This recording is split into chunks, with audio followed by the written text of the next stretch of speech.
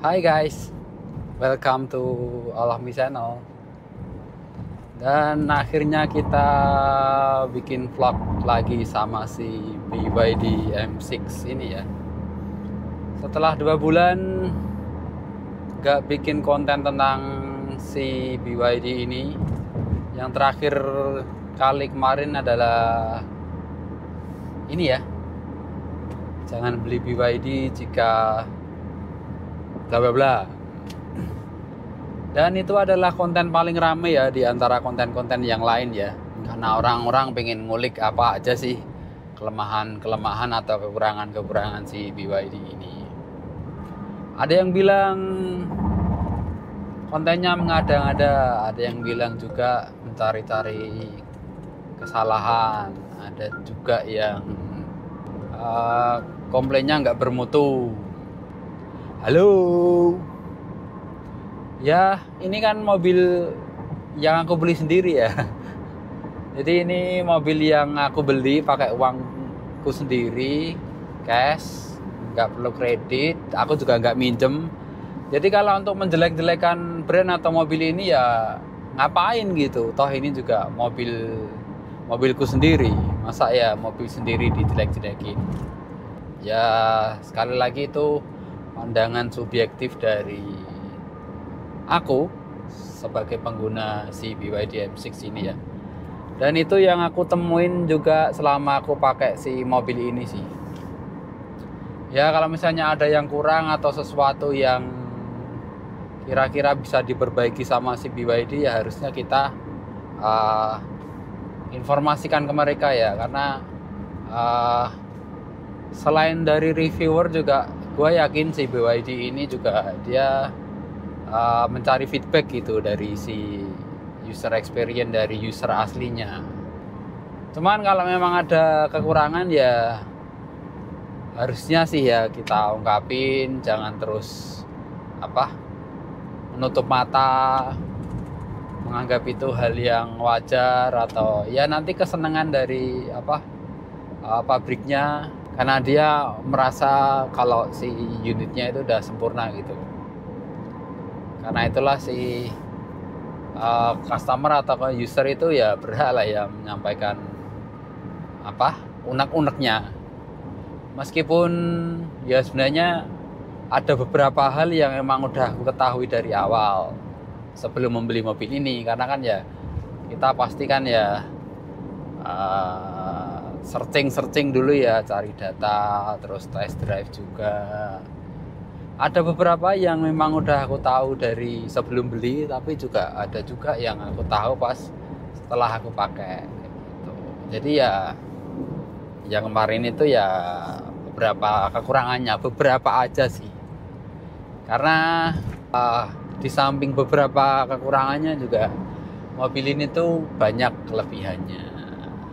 Makanya ya kemarin sebelum beli itu kita cari-cari dulu data, terus tentunya melihat review-review dari reviewer gede gitu sebelum beli.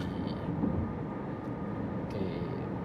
Jadi pertanyaannya apakah menyesal membeli mobil ini? Tentu saja tidak. Karena kekurangannya itu cuma beberapa ya, kelebihannya itu jauh lebih banyak. Dan yang pasti kenapa mobil ini aku beli ya pastinya ya karena aku suka gitu. Gue suka sama mobil ini, sama mobilnya, sama brandnya, sama teknologinya. Ya akhirnya sama harganya juga ya, pastinya ya. Harganya itu maksudnya value for money-nya tuh dapat apa enggak gitu. Nah karena itulah akhirnya kemarin tuh ya beli si mobil ini. Ya enggak kemarin sih ya, ini udah hampir setahun kita beli mobil ini. Dan ya kalau misalnya ditanyain puas atau enggak ya tentu aja puas banget malah. Karena ya sekarang mobil ini tuh jadi tumpuan utama dari operasional di kantor ya. Jadi kalau kita pergi kayak gini buat urusan kantor ataupun ya pribadi juga pakai mobil ini juga sih. Misalnya ditanya apa yang paling gue suka dari mobil ini ya teknologinya, terus hemat penggunaan listriknya atau pengganti BBM-nya gitu.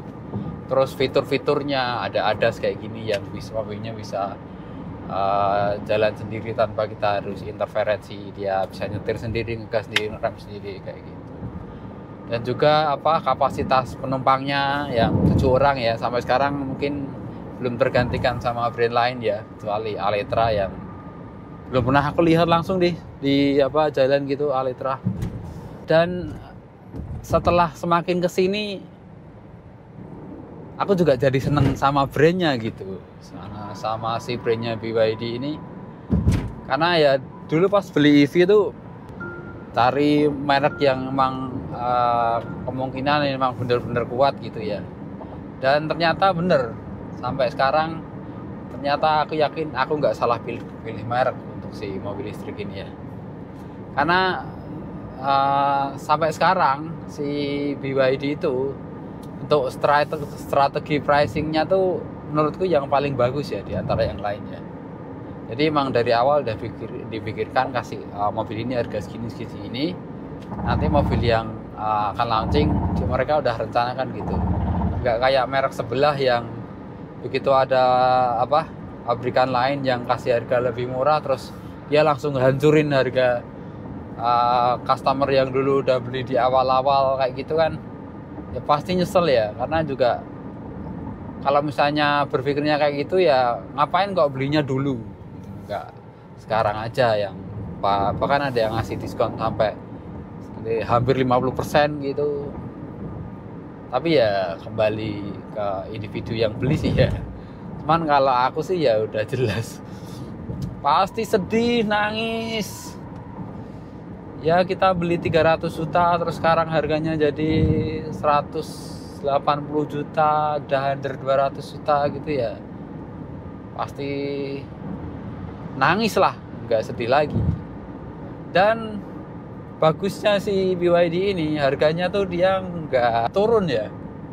Kemarin yang menurutku agak salah itu ya waktu harga si Lion itu sih, karena si Lion itu harganya mepet banget sama si BYD Seal, yang notabene si Lion itu kan mempunyai banyak kelebihan ya daripada Seal ya. Cuman harganya lebih murah, jadi orang-orang tuh berbondong-bondong pada jualin BYD Seal-nya dan beralih ke si Lion, dan habis itu harga secondnya drop.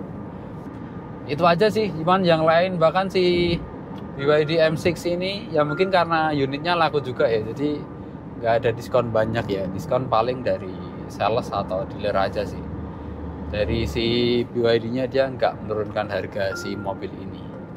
Bahkan kemarin yang untuk OTR Semarang itu harganya naik 10 atau 13 juta gitu. Cuman udah dibanding sama si Bolt Charger sih. Kayak gitu. Intinya ya, misalnya kembali ke inti dari video ini ya, intinya kalau misalnya kita ada keluhan atau ada masukan untuk si BYD, kalau misalnya sekiranya itu bisa membuat mereka lebih bagus ya, kenapa enggak gitu. Karena gue yakin juga mereka juga pasti tetap akan mendengarkan feedback dari pengguna langsung ya. Dan ya kita berharapnya kalau misalnya ada kekurangan mungkin bisa di recall atau bisa diperbaiki di batch selanjutnya. Syukur-syukur pengguna yang lama bisa dapat update-nya juga untuk apa yang kemarin kira-kira ada masalah. Itu aja sih. Kalau untuk niat jelek-jelekin atau mengada-ngada ya ngapain juga. Ini kita mobil kita sendiri, mobil kita pakai sendiri, dan kita beli sendiri. Jadi ya ngapain juga mengada-ngada untuk hal yang jelek, dan ngapain juga jelek-jelekin mobil sendiri. Bahkan beberapa orang mengeluhkan posisi mengemudi sama jok baris belakang yang terlalu tegak ya. Cuman ya ini kembali ke subjektif aku sih. Aku bahkan nggak ada masalah sama posisi mengemudinya. Jadi nyaman-nyaman aja. Terus ketinggian juga, posisi pengaturan kursi juga bagus karena dia udah pakai elektrik ya. Jadi posisi kursinya diatur secara elektrik. kemudian setirnya juga bisa tilt and telescopic. Jadi untuk posisi mengemudi sih ini udah oke banget menurutku. Kursinya juga banyak yang mengeluh keras, cuman ya menurutku enggak juga, ini enak-enak juga, enak-enak aja gitu didudukinya. Mengemudi jarak jauh juga enggak terlalu capek juga. Terus banyak juga yang mengeluh kursi belakang terlalu tegak ya, yang di baris kedua. Kemungkinan juga itu tuh juga subjektif ya. Mungkin beberapa orang ada yang suka recline telah kurang miring gitu. Ada orang yang suka duduk dengan posisi itu.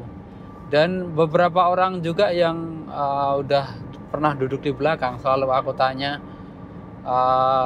posisi duduknya kayak gimana, dan mereka ya fine-fine aja gitu, nyaman-nyaman aja. Cuman kalau untuk mengemudi memang ya kendalanya ya juga yang kemarin aku bilang, cuman di rem itu aja sih. Ya ada yang bilang kemarin mobil Matic mana antara rem dan gasnya sama rata gitu. Iya aku tahu memang biasanya nggak rata juga. Kemarin sebelumnya juga kalau pakai Honda Jazz itu juga nggak rata, memang remnya lebih agak naik gitu. Cuman si BYD M6 ini naiknya kebangetan ya untuk si remnya ya. Jadi jeda antara gas dan rem itu terlalu jauh gitu. Ini kalau misalnya ngerem gitu kakinya harus nekuk, dan ya kalau sekali 2 kali nggak apa-apa ya. Cuman kalau pas sering-sering ngerem gitu ya kakinya jadi lumayan agak capek gitu. Ya itu aja sih. Dan untuk kelebihannya kalian bisa cari di video-videoku yang lain ya. Nggak akan aku sebutkan lagi di video ini karena ya banyak banget kelebihannya ya daripada kekurangannya. Oke, itu aja sih ya untuk video kali ini ya. Jadi nggak panjang-panjang amat. Terima kasih udah merespon video-video yang kemarin, dan terima kasih udah nonton video ini sampai selesai ya. Jangan lupa klik like sama subscribe, dan maaf ini kita jarang-jarang upload video karena ada ya banyak kesibukan di dunia nyata, jadi ya gitulah. Oke, sampai jumpa di video selanjutnya dan bye.